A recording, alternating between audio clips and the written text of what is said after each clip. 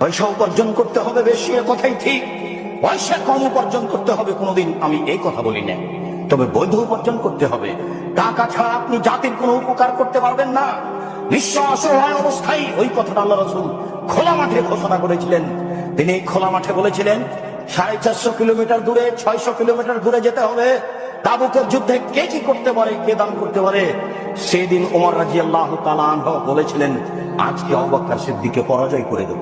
এই কথা তিনি নিজে বলেছিলেন, আজ আমি দানে আবু বকর সিদ্দিককে পরাজয় করে দেব, আমার অর্থ সম্পদের অর্ধেক দান করব। ওমর, কি করতে চাও? ওমর বলছেন, আল্লাহর নবী, আমার অর্থ সম্পদের অর্ধেক দিয়ে দিলাম। বাড়ির জন্য কি রেখেছ? অর্ধেক রেখেছি। আবু বকর, এ কিন্তু আবু দাউদের সহিহ হাদিস। আবু বকর, তুমি কি করেছো? তখন আবু বকর সিদ্দিক রাদিয়াল্লাহু আনহু বলছেন, আল্লাহর কসম, আল্লাহর নবী, আপনাকে আল্লাহকে বাড়িতে রেখে যা আছে সবই দিয়ে দিন।